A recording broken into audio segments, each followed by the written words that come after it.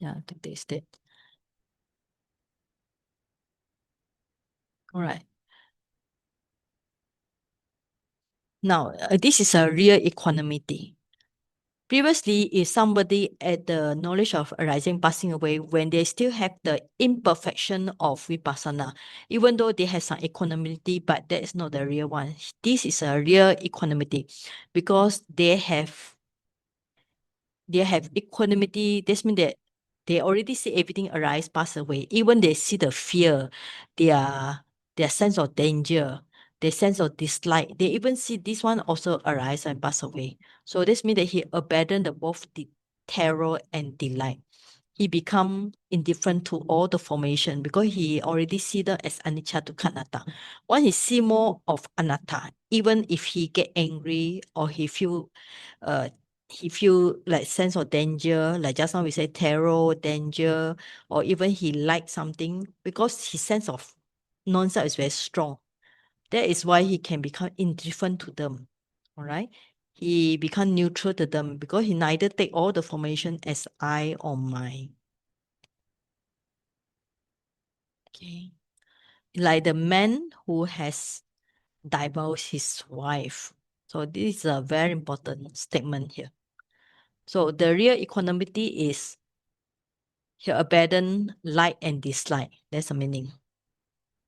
Because his sense of non-self is stronger, very strong. Okay, so 62 is a very good example here. Okay, Chai Hun, 62. Suppose a man were married to a lovely, desirable, charming wife, and so deeply in love with her as to be unable to bear separation from her for a moment. He would be disturbed and displeased to see her standing or sitting or talking or laughing with another man and would be very unhappy. But later, when he had found out that the woman's faults and wanting to get free had divorced her, he would no more take her as mine, and thereafter, even though he saw her doing whatever it might be with whoever it might be, he would not be disturbed or displeased, but would on the contrary be indifferent and neutral. So too this meditator, wanting to get free from all formations, descends formations by the contemplation of reflection, then seeing nothing to be taken as I or mine, he abandons both terror and delight and becomes indifferent and neutral towards all formations. Okay. You can continue read 63. When he knows and sees thus, his heart retracts and recoils from the three kinds of becoming, the four kinds of generation, the five kinds of destiny, the seven stations of consciousness, and the nine abodes of beings. His heart no longer goes out to them. Either equanimity or repulsiveness is established. Just as water drops retract and recoil on a lotus leaf that slopes a little and do not spread out, so too his heart. Okay. So you can see this is a real equanimity because the sense of non-self is strong. He does not take anything to be I or mine. Okay, normally why we get angry? Because we take people scold this I. Why we get happy? Because we have things we that or belong to me, or if happy feeling come to me, so of course I will be happy. But if somebody see nothing to be taken as I and mine, so he will not be so happy, he will not be so sad. He become indifferent and neutral. And he will not be getting anxious if he see everything arise pass away. Because at first, if he see everything arise pass away, all the sankara, he will be very terror. He see sense of danger, like previous knowledge. Okay. But here he become real, indifferent and neutral. And then his smile will not cling to them. So his heart no longer go for them. So the economy of repulsiveness is established. Repulsiveness means no clinging, all right? No clinging. That's the meaning here. And then the example given here is the lotus leaf. So if you put the lotus leaf and you put the water, it just drop away. So it will not spread out. Okay, now 64 is important. Now, because I say this knowledge is very near to Nibbana. In fact, if somebody really master on this knowledge and is very matured, they really will attain the Nibbana. So 64 and 65, it explain why somebody cannot get Nibbana and why somebody can get Nibbana. Okay. Brother Michael, 64.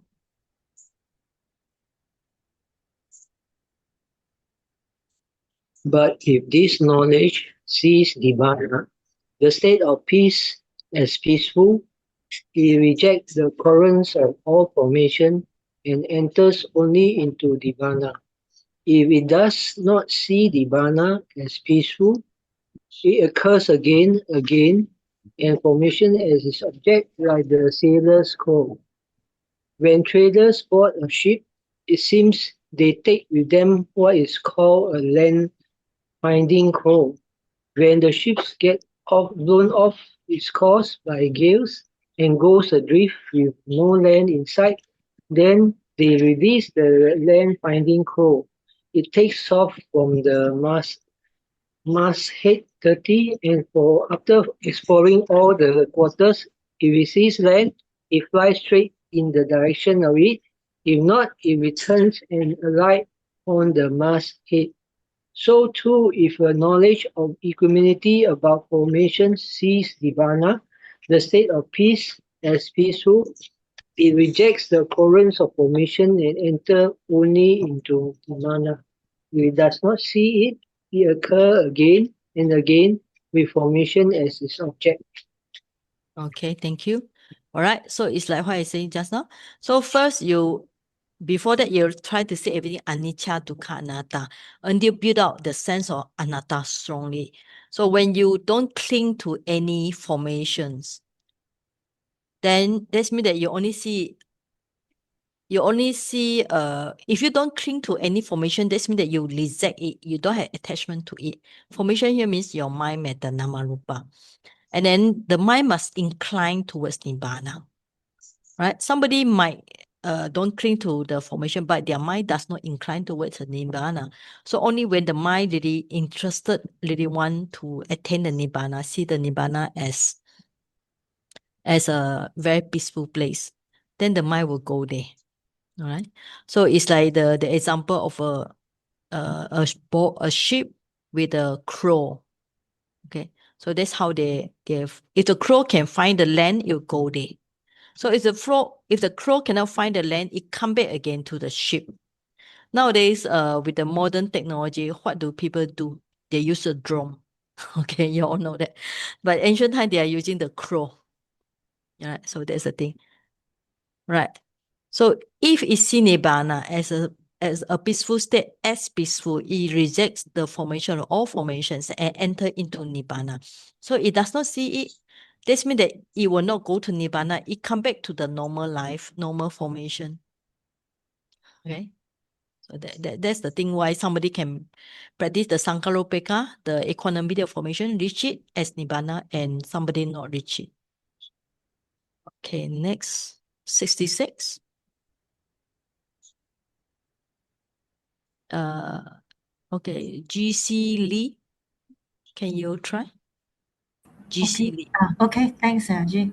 Now, Okay. after discerning formations in the various modes, as though sifting flour on the edge of a tray, as though carding cotton from which the seeds have been picked out, and after abandoning terror and delight, and after becoming neutral in the investigation of formations, he still persists in the triple contemplation. And in so doing, this insight knowledge enters upon the state of the triple gateway to liberation, and it becomes a condition for the classification of noble persons into 7 kinds. Okay. Yeah, you can continue. It's enter. It enters upon the state of the triple gateway to liberation, Now with the predominance of one of three faculties, according as the contemplation incurs in one of the three ways. Footnote: when insight reaches its culmination, it settles down in one of the three contemplation: impermanence, pain, or not self. And at this stage of the development, the 7 contemplations and the 18 contemplation or principal insights are all included by the three. Okay, thank you. All right. So here it say there are 3 gateway. 3 gateway means to enter to Nibbana, there are 3 method. Is still come back to anicca, dukkha, anatta, impermanent, suffering, non-self. And beside this, earlier on, remember one of the thing we say the 8 Maha Vipassana, the 18 contemplation of great insight. So it's mentioned in one of the texts earlier on. So this, beside the 3 ways, 18 ways, or 7 contemplation. But all these either 7 contemplation or 18 ways, if you sum up, it's still the anicca, dukkha, anatta. Okay. So this is circled here. Now. All right. So I think I put the, where is it? Okay. On the next page, you will see all this. This is the summary on the next table. Okay. So before we go further, let's read some more. Okay. Next student. Elaine, you want to read? Elaine, cushion. Yeah.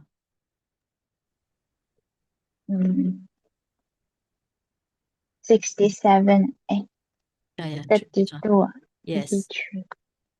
33, yes.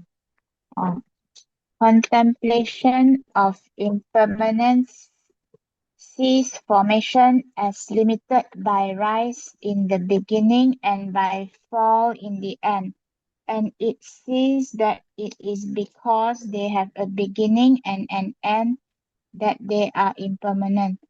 Into the signless element, into the unformed element, which is given the name signless because it is the opposite of the sign of formations, to the entering of consciousness, to the higher consciousness, completely going into by means of the state of conformity knowledge after delimiting, into the desireless, into the unformed element, which is given the name desireless, owing to the non-existence of desire due to greed and so on, into the void, into the unformed element, which is given the name void because of voidness of self.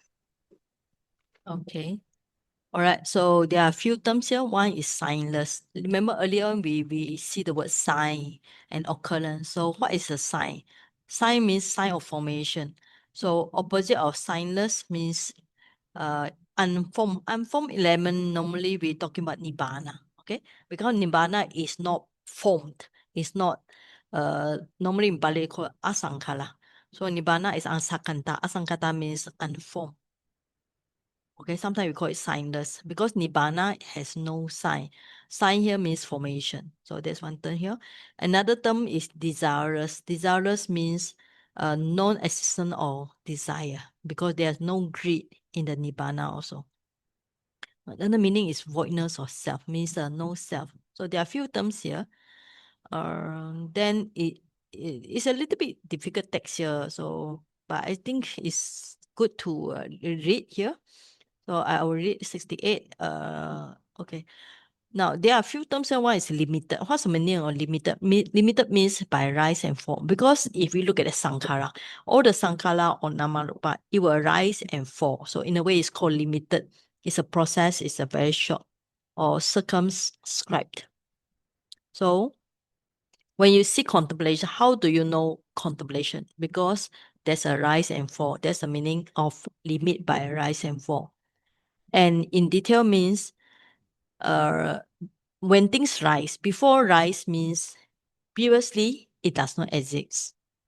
After it rise, after it fall down, then it will vanish there. They will not go to the other side. Means after it arise, it will disappear forever. That's the meaning here. They not go beyond 4. Right. Now there's another term here, to stir up the mind by giving consciousness a sense of urgency. Now, when you contemplate the dukkha pain, you will have a sense of urgency with respect to formation. Then after that, you contemplate a non-self. Non-self means not I and not mine. Okay. Right. There's also thing. The other thing will be try to see impermanence. Formation appear as to destruction, appear as terror, and then appear as void. It's the same thing here. Now, I think this part is more important because this part is talking about 3 gateway. What is this 3 gateway? 3 contemplation. That's the thing here. We mentioned just now already. One is signless, animita in Bali. Okay, sometimes when you hear the Burmese monk, sometimes when they read the Visuddhimagga, you come across this term, signless. Just now we say sign of formation. So, nimitta is sign. So, animita is signless. Panihita is desire. So, apanihita is desirous. Voidness is sunyata. So, this is 3 specific terms talking about gateway, like somebody go to Nibbana by a path, by a gate. So by these 3 ways, they go to Nibbana, right? So, but these 3 are actually linked with impermanent suffering, non-self. Okay. For it is said, when one who has great restoration brings formation to mind as impermanence, he acquired the signless liberation. Okay, now remember, sign is sign of formation. So when you see all the formation is disappear, impermanence. That's why you don't acquire the sign of formation. You only see signless. When one has great tranquility, brings them to mind as painful. When you see things, the namarupa as painful, you don't desire. There's no greed there. So that's called desirous. When one who has great wisdom. Now, if somebody only with great wisdom, they can see about non-self. To see non-self is not easy because a lot of people don't understand about non-self. That's why they need to have great wisdom. Then he acquired the void liberation. Now, because of painful, okay? Painful, to bear with the pain, you need great tranquility. Okay, that's the meaning of tranquility here. Now here, this part I get from somewhere is actually, it gives some understanding what's the meaning of signless liberation. It's talking about the state of Nibbana, experience without the sign of mental construct. Right. Now, what's a sign? Sign means conditioned thing, like a mark of form, feeling, perception means 5 aggregate. That's how we normally grasp at the 5 aggregates. Right.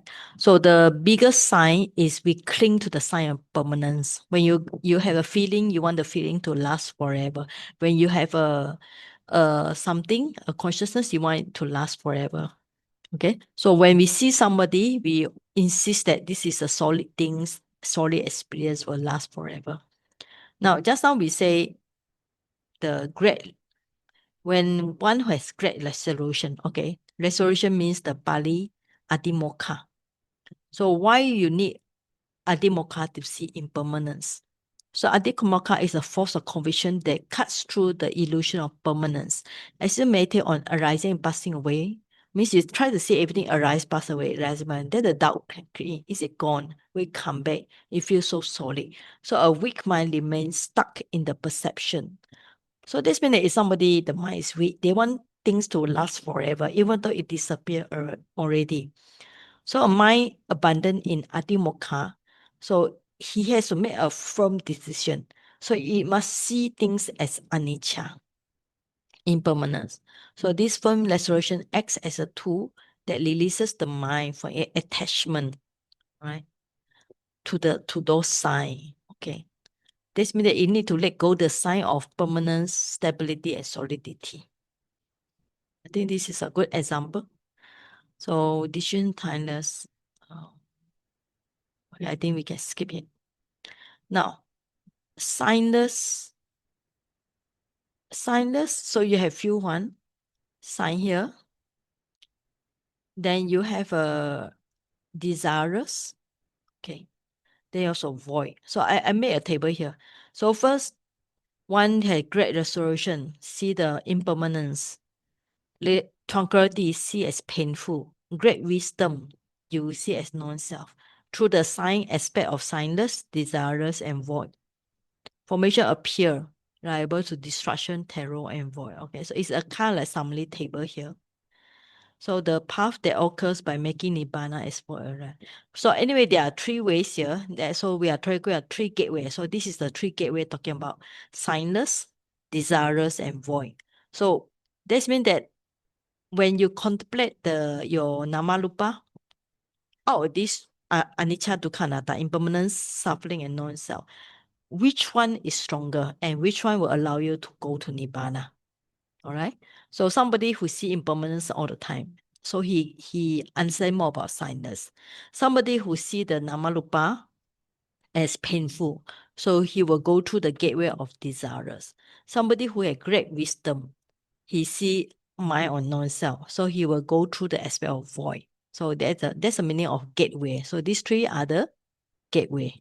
Okay, gateway. So it always talk about gateway to Nibbana. Why you say like that? Because sometimes people kind of like explain Nibbana is kind of like a kind of like city, you know, it's kind of beautiful city. So you need to go to Nibbana by certain kind of like big wonderful gateway. Like if you've been to some of the Myanmar temple, you see the gateway is decorated very beautiful. That's how they explain like gateway. Okay. 72 and 73. Okay, next person can read. Let's see, go for Wei Ling Pong. Pong Wei Ling, yes. 72, 73. Okay, but it is said in the Abhidhamma, on the occasion when he develops the supramundane jhana, there is an outlet and leads to dispersal. Having abandoned the field of false views with the reaching of the first grade, secluded from sense desires, he enters upon and dwells in the first jhana, which is desireless, is void. Dhammasangani 510, thus mentioning only two liberations. This refers to the way in which insight arrives at the path and is expressed literally. 73. However, in the Visuddhimagga, insight knowledge is expressed as follows. It is expressed firstly as the void liberation by its liberating from misinterpreting informations. Knowledge of contemplation of impermanence is the void liberation, since it liberates from interpreting them as permanent. Knowledge of contemplation of pain is the void liberation, since it liberates from interpreting them as pleasant. Knowledge of contemplation of not self is the void liberation, since it liberates from interpreting them as self. Patisambhidhamagga 267. Okay, thank you. Okay. So this is also from the Patisambhida. It's same thing. Try to see everything as anicca, dukkha, anatta. Right? When you see anicca, means you don't see them as permanent. When you see them as dukkha, you don't see them as pleasant. When you see them as non-self, you don't interpret them as self. Right? But it's Abhidhamma when he says supramundane jhana. What is supramundane jhana? Supramundane jhana means at enlightenment time. All right, enlightenment time, because enlightenment, the mind focus on the object of nibbana, so you also can consider it jhana. So there's desirous and void. So you only mention two here. Okay. Okay, next one will be signless. Okay, now signless is also still talking about sign of formation as permanent. Right? It's same thing here. No much different, I think. We can just skip it. All these are for quoting from the Patisambhida again, so we can just skip it.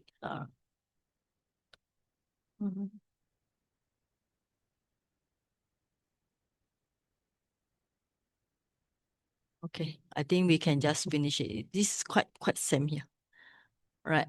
So anyway, we can skip it. So anyway, so it's like at this stage, is somebody just to sum up, there are different types of vipassana jnana from the udaya baya, arising, passing away. So when you see everything arise, pass away, so the next stage you should see incline the mind towards the passing away. So when you see everything dissolve only, so it is called banga jnana. So that's the next vipassana knowledge. So after that, you might see things as danger, terror, then repulsive. So you, even though at that time you got fear, you got dislike, you don't really like the formation, because every time you know a sound, it disappears. So you are very tired of hearing the sound, or even your present feeling also disappear. You might very get fed up with this, but all the mental state you have to see as impermanent. So you try to not build out the sense of non-self until it's very strong, and then you reach the Sankaropekanyana, the formation towards all form, the equanimity towards all formation. So as long as your equanimity is strong and you see the formation, your mind is not inclined towards the formation, but your mind is inclined toward the Nibbana. You see Nibbana as a state of peacefulness, then the mind will enter Nibbana. So if the mind don't see Nibbana as peaceful, then you go back to the Sankarapanyana, or even might drop from there. But the real thing is somebody who really reached the stage, is a real one, they will remember this knowledge, even though they might forget once a while, because it's a real knowledge, right? Okay, so I think we finished today. So any questions? Any question, or anybody want to ask something? Yeah, Saj. Okay. Okay, there are 4 stages of enlightenment. So to reach these different vipassana jnana under Sankarapekanyana is whirling, from the whirling to the first enlightenment stage. So after they reach the first enlightenment stage, so when they need to practice, they practice second enlightenment stage. Okay. Then after that, they practice again for third. After that, practice for the Arahant. So there will be 4 stages. So this we're talking about the first enlightenment stage. Which is Alright. Sotapanna. Sotapanna, yeah, yes. Okay, Alright. thank you, Saji. Okay. So if somebody becomes Sotapanna, for the next, if they practice, they because Sotapanna at most how many lifetime? You all remember how many lifetime was Sotapanna? At most 7, right? 7 lifetimes. Yes, yes. So during the first, second, third, fourth, 5, 6, they might be require heedless. But even though they are heedless, they will never break the 5 precepts. Even they're born in next life, they automatically keep the 5 precepts. But they might not incline to practice because they still enjoy the life. Like the Visakha, you know where she's born? Visakha. Do you know where was Visakha, the donors of Pubarama? She donated lots of food to the monks, to the Buddha, a monastery, to the Buddha. Where was she born? At the age of 7, she became enlightened, right? But after that, she still get married because it's an Indian culture. At that, she still get married. She still enjoys stay with her family member. They say that she had 40 sons and daughters, you know. And when she passed away, I think at the age of something, 100 plus, and when she passed away, she born as a queen in the Dewa realm. So she continued to enjoy her life. Okay. So when somebody becomes Sotapanna, they can be maximum 7 life. So they still can practice when at the last life they will practice. Okay, next question.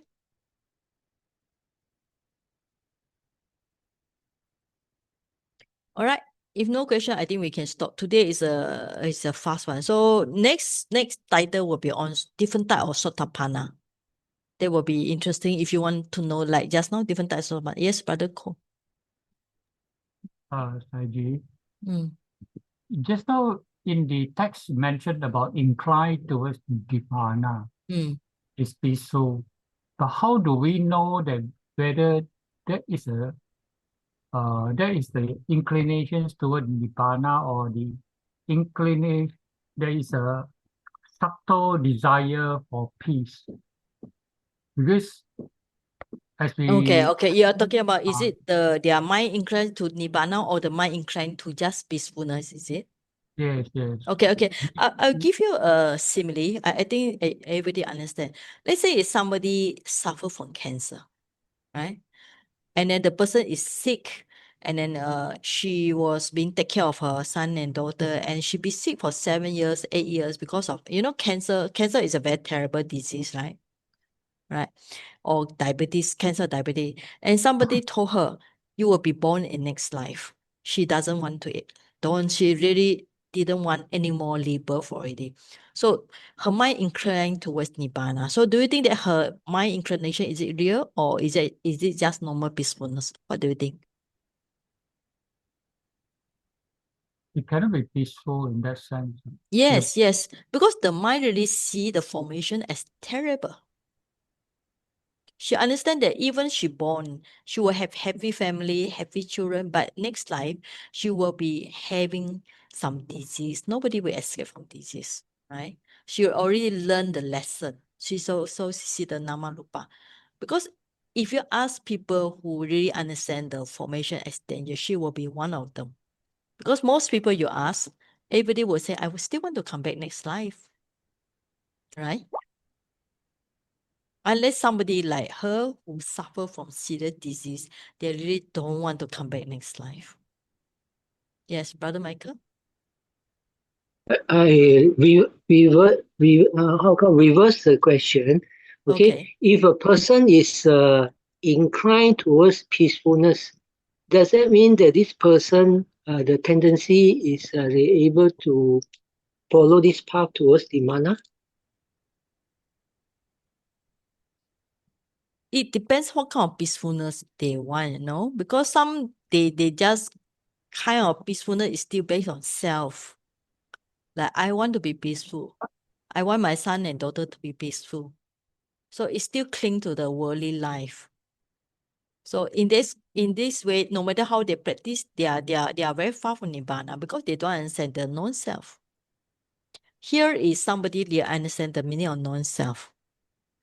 So they have to practice until the non-self is very strong, and they have to practice until they see Nibbana. What is Nibbana? Nibbana means there's no nama rupa, there's no more formations. That's why Nibbana has no formation. There are two types of Nibbana, right? One type of Nibbana, it called Saupa Nidesa Nibbana, means you attain the Nibbana while your five aggregates still exist. So the mind just attain the Nibbana, but when they come out from Nibbana, they still have this five aggregate. Another type of Nibbana is you attain to Mahaparinibbana like the Buddha. So at that time is total extinguish of five aggregates. No more five aggregates. So the mind go to Nibbana. So this is called, normally we call it normally we call it Parinibbana or Great Nibbana. Okay? So do I answer your questions? Yeah, yes. Okay. Yes. Next question. All right. I think by this lesson is enough for you to do your homework already, right, Chai-Hun? I already finishing lah. Actually waiting for the last Last class. Okay. I think next week we will go knowledge. for... Then I can finish. This is last knowledge. This is the last one already. The next one will be I'm waiting for enlightenment. the last knowledge. Then I can. Yeah. Okay. The next knowledge will be on after Sankaripeka, there will be Anuloma. Anuloma means conformity, the mind towards the Nibbana. So the next lesson is about enlightenment already, and this lesson actually is going to be enlightened. So next lesson will be on different types of noble person. All right. So you can wait for next class. Purification by knowledge and vision. Yeah, we are here will be on the path of the discourse, path of the path and fusion. What I call it? How do we call it? There are 7 purification, right? So Now remember is the path, now is at the purification by knowledge and vision of the cause of practice. Yeah, all right. So we are already on this one. So we know what is path and not path. So now we already on the way. So this one will be on enlightenment. Okay. So just now is on the way means that he tried to go to Nibbana. He cannot, so he still come back to the normal mind. So now next one will be purification by knowledge and vision, right? Then this will be benefits of developing understanding. So I think we still have 2 more lessons, 2 or 3 lessons left. Okay, so I think any last question? We can stop now. You all don't need to miss the class, no? I still have the basic Buddhism on. Huh? You all don't need to miss this class.